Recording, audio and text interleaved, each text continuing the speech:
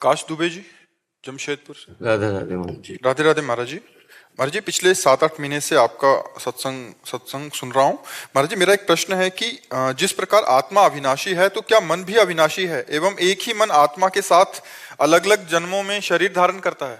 मन का नाश अवश्यंभावी है। मन मार्या तन बस में कीन्हा, हुआ भरम शब्दो। अमना हो जाना मन का मर जाना है। कोई कामना ना होना मन ही नहीं है, कामना ही मन है। कामना का नाश हो जाना अंतःकरण का शांत हो जाना है। बुद्धि का निश्चय, मन का संकल्प विकल्प, चित्त का चिंतन और अहंकार की क्रियाकर्ता भोक्ता भाव, यही माया है। जब हम भगवत चिंतन के द्वारा मन को निसंकल्प कर देते हैं, बुद्धि को सांसारिक निश्चय से रहित कर देते हैं, चित्त को चिंतन शून्य या चिंतन परायण, भगवत चिंतन परायण या चिंतन शून्य कर देते हैं, और अहंकार भगवान के चरणों में समर्पित हो जाता है, तो अंतःकरण लय को प्राप्त हो जाता है, बस आत्मस्वरूप। अब वो न करता है न भोगता है। इसीलिए 5वें अध्याय में गीता जी की लिखा है कि खाते हुए, पीते हुए, चलते हुए, सूंघते हुए, सब कुछ करते हुए भी कुछ नहीं करता, क्योंकि अंतःकरण लय को प्राप्त हो गया है। अब प्रकृति के द्वारा उसके शरीर से हलचल हो रही, वो आत्मस्वरूप में स्थित रहता है। तो मन का निर्विषय हो जाना मन का मर जाना है। मन का विषय चिंतन करना मन का जीवित रहना है। और मूल में मन इंद्रियाणाम मनश्चास्मि, ये भगवान ही है। सब कुछ भगवान ही बने हुए हैं। तो इंद्रियों में मन मैं हूं भगवान कहते हैं। तो अमना मन खत्म, उसका जो फसाव था वो खत्म।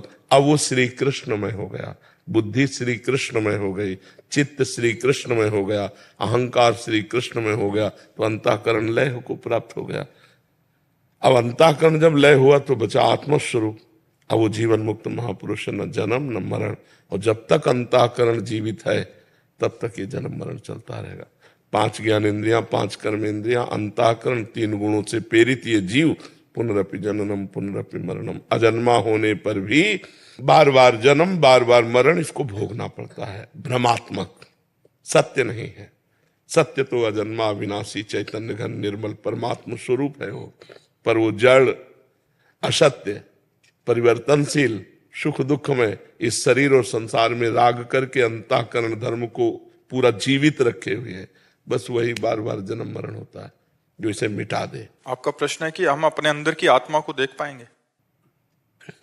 अगर आप अलग होते दृष्टा और आत्मा अलग होती तो आप देख पाते। जब आप देखने जाओगे तो देख ही नहीं पाओगे, क्योंकि आप ही हो। अनुभव तत्त्वम असि, उपनिषद क्या कहते हैं?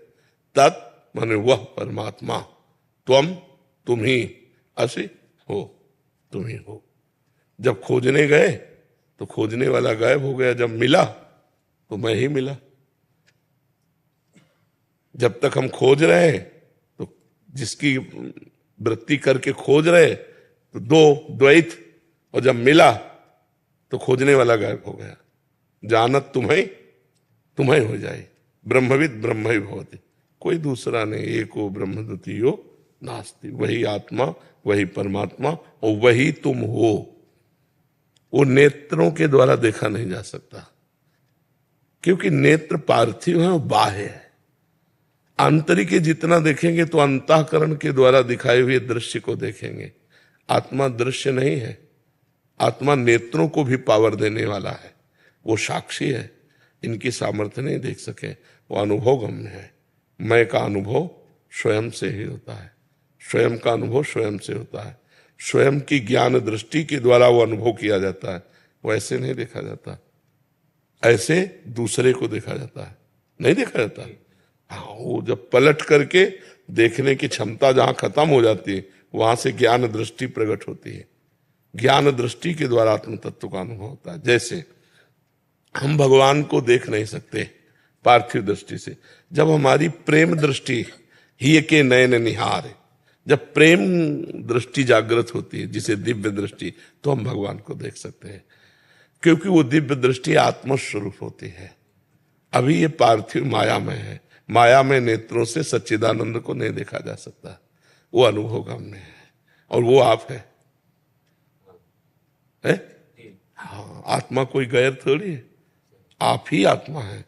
तो अपने को अपने आप से अनुभव किया जाता है, बुद्धि के द्वारा नहीं, मन के द्वारा नहीं, चित्त के द्वारा नहीं, अहम के द्वारा नहीं। महाराज जी इधर से देखें तो हम अपने मन बुद्धि चित्त अहंकार को देख सकते हैं। हाँ, अभी पूरा का पूरा तन्मयता मन में ही है, अंतःकरण में ही है कि मैंने ये निश्चय किया है, मैं चाहता हूं कि मैं देख लूं, मैं चाहता हूं मैं ये खा लूं, मैं चाहता हूं मैं ये सुन लूं।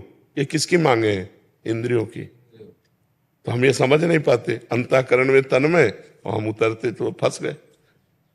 अब लौटो, इन मांगों को काटो कि ये इंद्रियों की मांगे हैं, ये मेरी मांगे नहीं। हाँ, जब लौटते लौटते आप आओगे, वो अंतःकरण शांत हो जाएगा, निर्मल हो जाएगा। तो जैसे शांत और निर्मल जल में नीचे क्या है, तह में, ये हम जान पाते हैं, ऐसे अंतःकरण के नीचे क्या है, जो अंतःकरण को प्रकाशित कर रहा था, वो आत्म तत्व है, और वो मैं हूं, वो मैं हूं, वो कोई और नहीं है। हाँ, जो जैसे आपसे पूछा जाए आप कौन है, तो आप शरीर का परिचय देंगे, अपना परिचय थोड़ी देंगे। आप दर्पण में देखिए तो शरीर को देख रहे हैं, अपने को तो नहीं देख रहे ना। हाँ, अब जब इस शरीर को देखना बंद हो जाएगा, शरीर से मतलब खत्म हो जाएगा, तब आप अपनी तरफ बढ़ेंगे। अभी उसी को वैराग्य कहते हैं। देह और देह के संबंधी भोग और देह संबंधियों से जब वैराग्य हो जाता है, तब वो अपने स्वरूप की तरफ लौटता है। अभी तुम यहीं फंसे हैं, कीचड़ में फंसे। तो गुरु कृपा से इस कीचड़ से निकलेंगे, पांच भौतिक कीचड़ में। ये बहुत बड़ा प्रपंच का दलदल है, इससे